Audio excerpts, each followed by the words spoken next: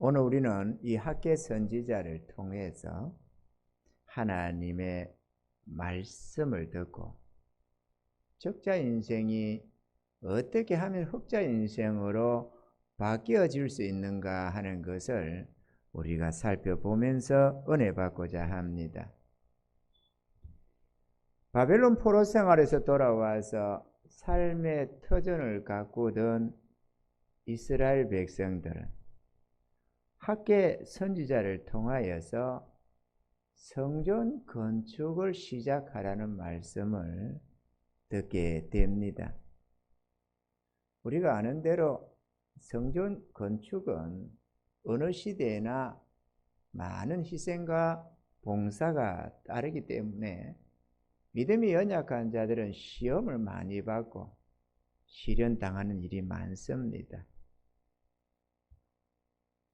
실질적으로 느헤미야서에 보면 이스라엘이 성전 공사, 이건 성전 건축할 때도, 예루살렘 성을 건축할 때도 보면은 무척이나 어려움을 당하면서 생활할 게 없어서 밭도 잡히고 전답도 잡히고 심지어는 자녀도 노비로 팔리기도 하고 그렇게 어려움을 당한다고 하소연하는 그런 대목들이 나옵니다.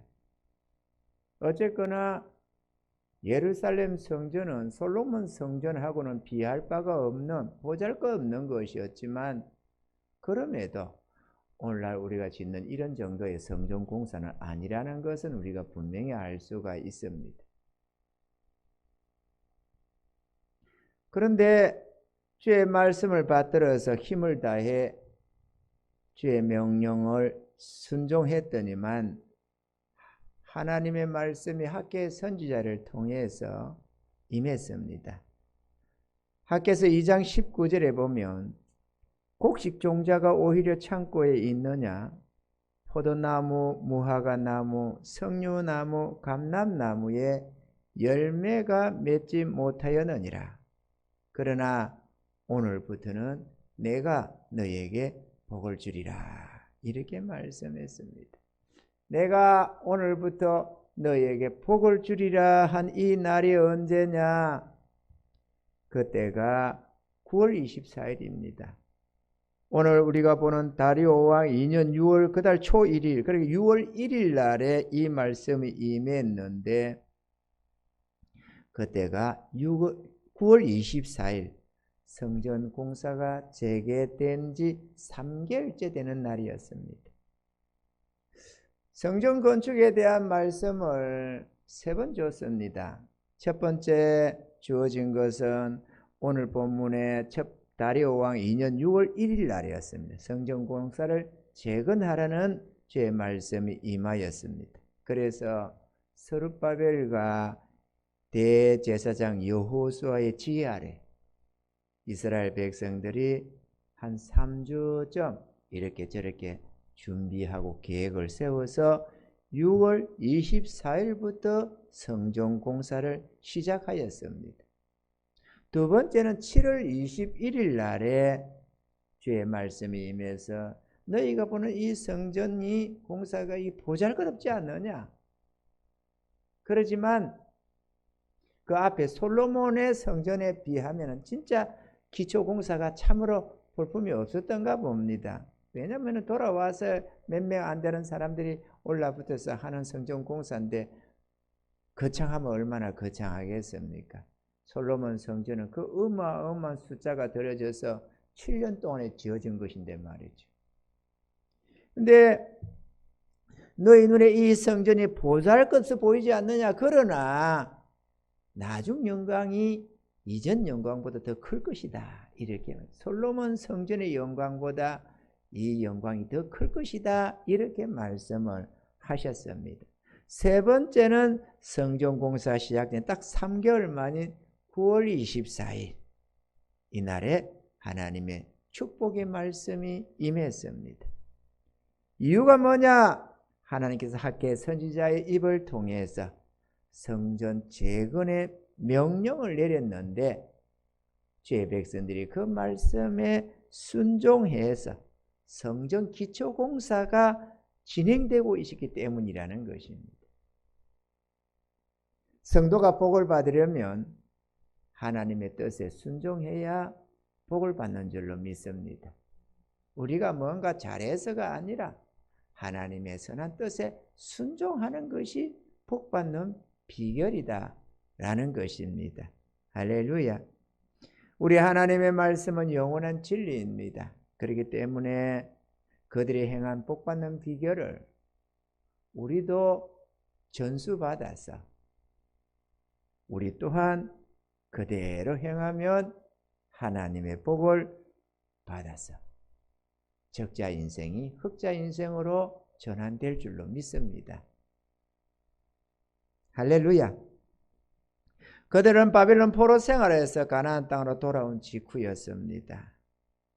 여러분, 우리가 흔히 생각할 때에 우리가 하나님의 성전 공사를 시작하려고 하면 내 행편이 어떻다, 처지가 어떻다, 교회의 상황이 이렇다 저렇다, 우리는 인간적인 요소를 많이 말을 하면서 때가 아니다, 지금은 그럴 때가 아니다, 혹은 교회는 그럴 수 있어도 나의 처지는 그렇지가 않다, 뭐 이런저런 이유를 많이 댈 수가 있는데요. 오늘 이들이 처한 상황을 우리가 한번 살펴보기를 원합니다. 그들은 조상들에게 물려받은 땅, 그 땅은 70년간 사람이 거하지 않는 황폐한 땅으로 전락되어져 있었습니다. 예루살렘 성전은 완전히 허물어졌었고 그들의 집들도 다 무너져 내려서 아마 흔적도 없는 모습이었지 않았을까. 그리고 잡초만 무성해뜨렸습니다. 그들은 당장 먹고 살 길이 막막했기 때문에 부지런히 집을 짓고 땅을 개간하고 일구어서 열심히 농사를 지어야만 했습니다. 성전을 재건하는 일이나 하나님께 경배드리는 일은 자연히 뒷전이 되고 말았던 것입니다. 한번 뒤로 미뤄진 성전 건축과 하나님께 드려야 할 이 예배 생활은 그 후로도 계속 후순위로 밀려났다는 것입니다. 하나님은 5절과 7절에 너희 자신들의 소위를 살펴볼지니라 라고 거듭거듭 말씀을 하고 있습니다. 너희가 한번 봐라. 너희 자신을 한번 돌아봐라. 근데 이스라엘은 어쩔 수 없지 않느냐 이렇게 말을 하는데 우리의 행편과 처지가 하나님 다 보다시피 하나님도 알 수 있지 않습니까? 우리가 성전 공사를 할 행편이 안 되잖아요. 이렇게 말하고 있는데 하나님은 아니다. 너희 소위를 좀 잘 살펴봐라. 하나님께서 살펴보라는 소위가 뭐냐? 이스라엘을 포로 생활에서 되돌려 온 것, 그들을 해방시키고 다시 예루살렘으로 이스라엘 땅으로 되돌려 올려 보낸 것은 하나님의 성전 공사를 시작하고 성전을 재건하고 죄의 백성들이 하나님께 예배드리는 삶이 되게 하기 위해서, 다시 말하면 그들의 신앙을 온전히 회복하기 위해서 되돌려 준 줄로 믿습니다. 할렐루야. 그들이 자기들의 힘으로 자기들의 칼로서 해방을 해서 나온 게 아닙니다. 포로 생활에서 되돌아온 것은 순적히 하나님의 계획과 뜻 안에서 하나님의 권능으로 바벨론 포로에서 돌아온 줄로 믿습니다. 할렐루야. 그렇게 이스라엘에게 분명한 뜻이 주어졌고 그렇게 해서 성전 공사하라고 고레스 왕이 칙령을 내려서 올려보낸 자들입니다. 그런데도 그들은 성전 공사를 아직 할 때가 아니다 이러면서 뒤로 미루고 있었다고 말을 하는 것입니다. 2절에 볼까요? 만군의 여호와가 말하여 이르노라. 이 백성이 말하기를 여호와의 전을 건축할 시기가 이르지 아니하였다 하느니라.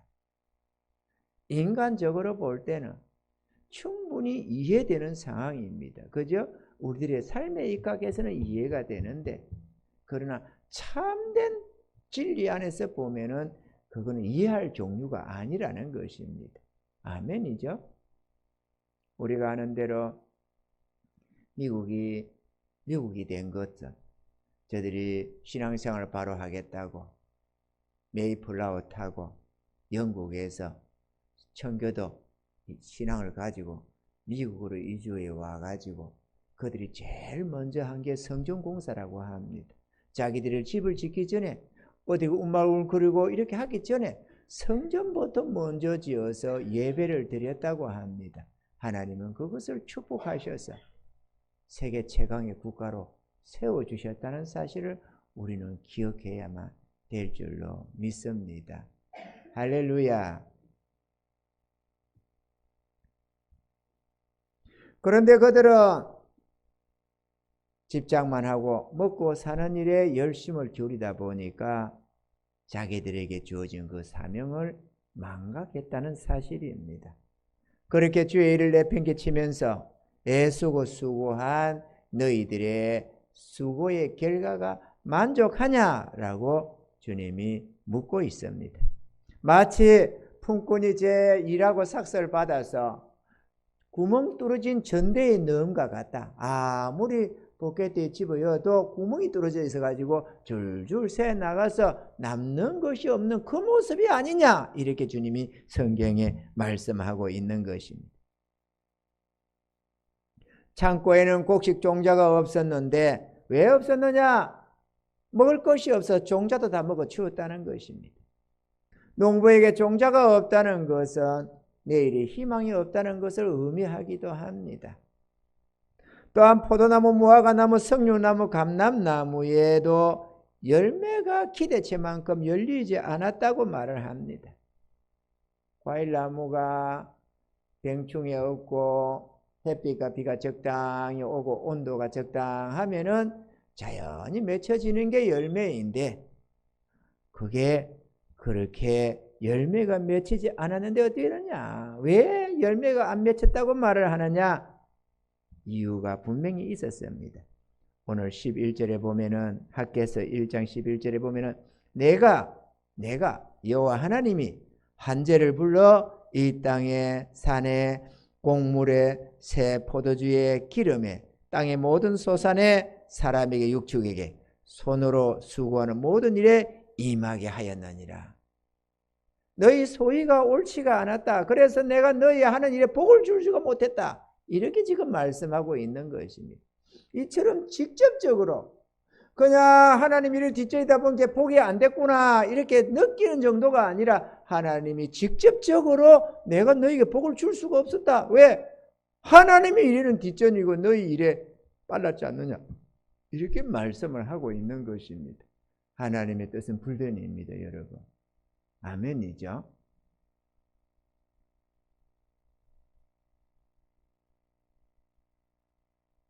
하나님의 일을 우선순위에 두지 않는 그들에게 하나님이 복을 주시지 않았기 때문에 그렇게 되었다고. 아니, 복을 주시지 않았기 때문이 아니라 후후 불어버렸다고 말씀을 하고 있는 것입니다. 오늘 본문 학개서 1장 9절에 보면 너희가 많은 것을 빨았으나 도리어 적었고 너희가 그것을 집으로 가져갔으나 내가 불어버렸느니라. 나 만군의 여호와가 말하노라. 이것이 무슨 연고뇨? 내 집은 항무하였으되 너희는 각각 자기의 집에 빨랐음이니라. 이유가 분명했던 것입니다. 주의 일에 힘쓰지 않고 자신들의 먹고 사는 일에 열심을 다했기 때문에 하나님이 불어버렸다는 겁니다. 여러분 깨닫는 은혜가 있기를 바랍니다. 이스라엘에 하나님이 주신 말씀들은 영적 이스라엘은 우리들에게 고스란히 그대로 적용되는 말씀인 줄로 믿습니다. 할렐루야. 이스라엘의 가난과 공고한 삶은 그들 자신이 가진 능력의 문제만이 아니었다 하는 것을 알 수가 있습니다. 우리가 개개인적으로 이런저런 재능을 가지고 이런저런 능력이 있다고 해서 꼭 좋은 결과를 불러오지 못한다. 하나님이 복을 주셔야만 된다는 사실도 우리가 알아야만 합니다. 하나님이 불어버리면 어떤 사업, 어떤 직종의 일을 해도 삶의 공고함을 피할 길이 없다는 사실입니다. 그 기간이 얼마 동안이냐? 고레스 바사왕 고레스 원년부터 다리오 왕 2년 6월까지 성전 건축을 하지 않는 16년 동안이었다는 사실입니다. 하나님은 우리들이 복된 삶을 살기를 원하십니다. 할렐루야. 예레미야 29장 11절에 보면은 나 여호와가 말하노라 너희를 향한 나의 생각은 내가 아나니 재앙이 아니라 곧 평안이요 너희 장래에 소망을 주려 하는 생각이라 라고 하셨습니다. 사랑하는 성도 여러분, 복받는 흑자 인생이 되는 법칙이 있습니다. 오늘 우리가 이미 알게 되겠지만 첫째로 하나님의 일을 최우선순위에 두어야만 합니다. 마태복음 6장 33절에 너희는 먼저 그의 나라와 그 의를 구하라 그리하면 이 모든 것을 너희에게 더하시리라 말씀하셨습니다. 일의 우선순위가 잘못되면 노력의 결과가 기대하기 어려운 법입니다. 마찬가지로 우리 삶의 우선순위가 바로 잡혀 있어야만 범사가 잘 되는 줄로 믿습니다. 여러분, 우리가 이렇게 듣는 것하고 실제로 우리가 느끼는 것하고는 많이 다릅니다. 저건 나하고는 상관없겠지 이렇게 들릴지 모르지만 실제로 우리가 피부에 느끼는 감정은 어떤 감정이냐? 어떻게 하면 좀 더 돈을 좀 벌지? 어떻게 하면 저축을 좀 더 하지? 아니면 어떻게 하면 내가 생활을 계속해서 잘 해 나갈 수 있지? 어떻게 하면 이 사업을 성공시키지? 어떻게 하면 좀 더 나은 직장을 얻지? 이게 바로 하나님 일이 우선순위가 아니고 우리 일이 우선순위를 하는 모습입니다, 여러분. 하나님이 일을 우선순위로 하는 것은 그런 것을 전혀 생각을 안 한다는 게 아니라 내 삶의 첫째 목적이 하나님 일이 되는 것입니다. 어떻게 하면 내가 이번 주에도 하나님께 예물을 많이 좀 드려야 되고 싶은데 예물을 어떻게 하면 예물을 드릴 수 있지? 어떻게 하면 내가 성전 공사에 좀 더 힘써서 하나님 건축에 좀 더 전심해서 거기에 참여할 수 있지? 내가 어떻게 하면 좀 더 많은 것으로 우리 하나님께 영광 돌릴 수 있을까? 내가 어떻게 하면 좀 더 복음 전도를 해서 한 영을 더 구원하고 하나님 나라를 확장해 나갈까? 내가 어떻게 하면 우리 주님의 기쁨이 될 수 있을까? 내가 어떻게 하면 하나님의 뜻을 더 알 수 있을까? 우리 삶에 내가 간절히 마음속에 찾고 있는 것이 그의 나라와 그가 되어야 한다는 것입니다. 그러면서 내 사업, 내 직장, 내 어떤 것도 목적이 하나님 일에다가 마음을 두면서 그 일을 위해서 이것을 성공시켜야 된다고 하는 그러한 관계로 우리가 나아가야만 하는 것입니다. 그것이 하나님의 성전 공사의 우선순위를 두는 마음입니다, 여러분. 아멘이십니까? 우리가 느끼는 느낌하고 하나님이 말씀하는 것을 실제 체험하는 것은 다를 수밖에 없습니다. 하나님의 말씀을 듣고 주의 훈계에 귀를 기울이는 자가 지혜로운 길을 가진 자요 지혜자라고 말씀을 하셨습니다. 적자 인생에서 흑자 인생으로 가는 첫걸음의 모습은 삶의 우선순위를 하나님께 두는 것이다 라는 것입니다. 할렐루야. 둘째로 자신의 잘못된 삶을 살았다는 것을 깨달았다면 회개하고 돌아서야만 한다는 사실입니다. 하나님께서 이스라엘을 폭풍과 곰팡과 우방으로 치신 이유는 주의 백성들이 자신들의 잘못된 삶에서 돌이키지 않아서 그랬다고 말씀을 하고 있습니다.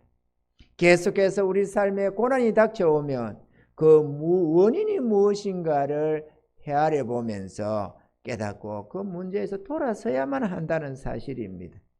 자기 소유를 살펴보아야 하며 하나님과의 관계를 바로잡고 회복시켜야 한다는 사실을 알아야만 하겠습니다.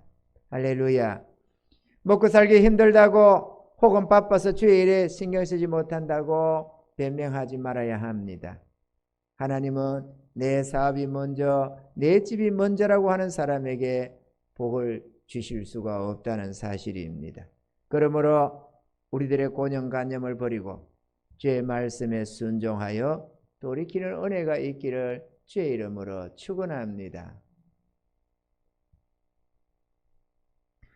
하나님께서 이스라엘을 바벨론 포로 생활에서 해방시켜 준 이유나 우리를 죄악 세상에서 불러내어서 구원을 주시고 죄의 자녀 삼으신 이유나 다 동일하다고 하겠습니다.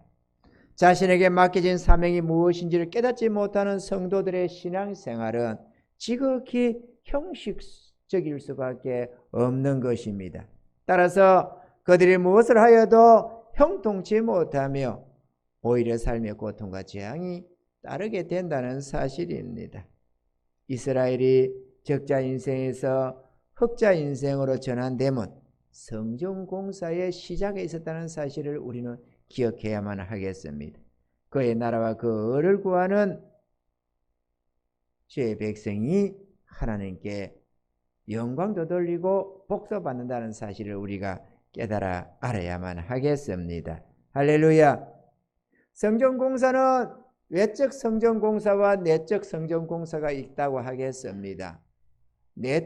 외적 성전공사는 교회를 건축하고 주의 몸된 교회를 유지하고 운영하는 이러한 하나님의 몸된 교회를 섬김이 외적 건축, 성전 건축이 될 것입니다. 아멘이죠? 교회를 새롭게 시설을 한다든지 교회가 제대로 운영될 수 있도록 하나님의 교회를 받들어 섬기는 것, 이거 성전 공사입니다. 두 번째로 내적 성전 공사는 복음 전파입니다. 성도들이 복을 받으면 주와 함께 하나님의 나라를 건설하는 데 있는 줄로 믿습니다. 이 일을 위해서 이스라엘을 되돌려 보냈고 이 일을 위해서 저와 여러분들도 구원했다는 사실을 기억해야만 하겠습니다. 우리 모두는 오래지 않아서 모든 것을 내려놓고 이 세상을 떠나야 하는 날이 오게 됩니다. 그때 자신의 보화를 하늘에 쌓아두고 가는 자들도 있고 땅에다가 쌓아놓고 가는 자들도 있을 것입니다. 흑자 인생이란 죄의 뜻 안에서 자신의 보화를 영원한 하늘나라에 쌓아두는 자가 되는 줄로 믿습니다. 할렐루야. 주님은 저 하늘나라에 의의 면류관, 생명과 영광과 기쁨의 면류관이 있다고 말씀하고 있습니다. 진정한 선리자는 죄 앞에 서는 그날에 받을 상급을 바라보면서 미리미리 준비하는 사람인 줄로 믿습니다. 지금 여러분이 주와 복음을 위해서 삶을 살고 있다면 여러분은 잘 살든 못 살든 흑자 인생에 속하는 줄로 믿습니다. 그러나 만약 여러분이 주와 복음을 위한 삶을 살지 않고 있다면 비록 지금 잘 먹고 잘 살고 있다고 할지라도 결국은 후회할 수밖에 없는 적자 인생이 된다는 사실을 알아야만 하겠습니다. 아멘입니까? 왜 지금 가난해도 흑자 인생이냐? 때가 되면 하나님이 높이시고 때가 되면 하나님이 축복하시고 때가 되면 칭찬과 상급을 받는 날이 반드시 오기 때문인 것입니다. 할렐루야. 깨닫는 은혜가 있으시기를 바랍니다. 디모데후서 4장 8절에 이렇게 기록하고 있습니다. 이제 후로는 나를 위하여 의의 면류관이 예비되었으므로 주 곧 의로우신 재판장이 그날에 내게 주실 것이니 내게만 아니라 주의 나타나심을 사모하는 모든 자에게니라. 여러분, 우리가 아까도 찬양을 낮 시간도 저녁 시간도 죽으면 죽으리라 그 찬양을 여러분이 다 들어서 불렀습니다. 저는 그 찬양을 할 때마다 가슴이 뭉클해져 오는 게 있습니다. 한편으로는 내가 뭘 했다고 이런 생각도 들지만 또 한편으로는 의의 면류관이 이제 이후로는 의의 면류관이 예비되었으므로 내게만 아니라 주의 나타남을 사모하는 모든 자에게니라. 내가 선한 싸움을 싸우고 달려갈 길을 마치고 믿음을 지켰으니 그 여러분 찬양할 때 가슴이 뭉클해지지 않습니까? 여러분, 노래가 좋다고 부르는 사람도 있을 수 있지만 정말 주와 복음을 위해서 헌신해 가는 사람은 그 찬양을 할 때 가슴이 북받쳐 올라오는 것입니다. 그래 나도 그렇다. 그래 나도 그렇다. 사도 바울도 그랬고 믿음의 선진들도 그렇게 살았고 나도 그렇게 산다. 이러한 마음에 주여 나도 믿습니다. 나도 나의 믿음을 지키며 선한 싸움을 싸우며 내게 달려가야 할 나의 그 길을 달려가고 있습니다. 주님, 나도 나를 위한 의의 면류관이 준비되고 있는 줄로 믿습니다. 가슴이 북받쳐 올라오는 것입니다. 그런데 오늘 여집사님이 그 찬양을 하면서 눈물이 나더라고. 그리고 너무 감동받았다고 그러더라고. 찬양이 좋아서 또 우리 찬양대가 열심히 잘하니까 그렇기도 하겠지만 그 찬양 속에서 목 성대 수술을 2번이나 해가지고 찬양을 못했는데 하나님 찬양할 수 있게 해달라고 기도하고 있었는데 오늘 목이 터져서 찬양을 할 수가 있었다고. 그것 때문에 또 감동이 돼가지고 눈물이 나더라고. 오늘 그렇게 고백하는 성도도 있습니다. 사랑하는 성도 여러분, 우리 인생 짧습니다. 내가 나를 위하면 주님이 내 삶에 뒷전을 집니다. 뒷짐을 지고 그래 하려면 해봐라 이렇게 말이죠. 오늘은 뒷짐 전 정도가 아니고 불어버렸다고 말씀을 하고 있습니다. 하나님이 우리의 삶을 불어버리면 아무리 애를 써도 좋은 결과가 일어나지를 않습니다. 우리 또한도 우리 주님이 우리에게 하시는 말씀을 듣고 네 소위를 살펴봐라 하시는 이 말씀에 귀를 기울여 될 줄을 믿습니다. 우리의 소위를 살펴서 내가 누구를 위해 사는지, 내가 무엇을 위해 사는지, 나의 삶의 의미가 어디에 있는지, 내가 진정 하늘의 칭찬과 상급을 바라보며 주의 뜻을 수행해 나가는 그 일을 하고 있는지, 아니면 내가 땅에 속한 자처럼 땅의 것을 위해서 좀 더 나은 삶을 위해서 몸부림치고 있는지를 자기 소유를 살펴보는 은혜가 있어야만 하겠습니다. 그리고 잘못되었다면 회개하고 돌이서야만 합니다. 그래야 우리가 하나님 앞에 인정받고 영원한 칭찬과 상급도 예비하고 우리의 내일이 희망찰 수밖에 없는 것입니다. 우리는 단거리 선수가 아닙니다. 마라톤 선수입니다. 오늘 당장 내 삶이 어떻다고 그것이 끝이 아니라는 사실을 알아야 합니다. 지금 좋다고 나중도 좋다는 것이 없고 지금이 어렵다고 나중이 어렵다는 보장이 없습니다. 왜냐하면 하나님이 됐다 하고 복 주시면 모든 행편이 달라지기 시작한다는 사실입니다. 할렐루야. 제가 경험상에서 지금까지 살펴볼 때에 나나 우리 교회 성도들의 어떤 상황은 변함이 없는데 하나님이 복을 주면은 삶이 달라지는 것을 봐왔습니다. 우리가 뭔가 대단히 바뀌어서 달라지는 것이 아니고 나는 여전히 나고 내 모습도 여전히 그 모습인데 이상하게도 하나님이 복을 주시면 삶이 업그레이드 되고 달라지더라는 것입니다. 하나님은 전능하십니다. 하나님은 산을 옮기도 산이 깨닫지 못하고 하나님은 태양이나 달을 옮겨놔도 어느 누구도 깨닫지 못하는 법입니다. 하나님은 원하시는 모든 것을 하실 수가 있습니다.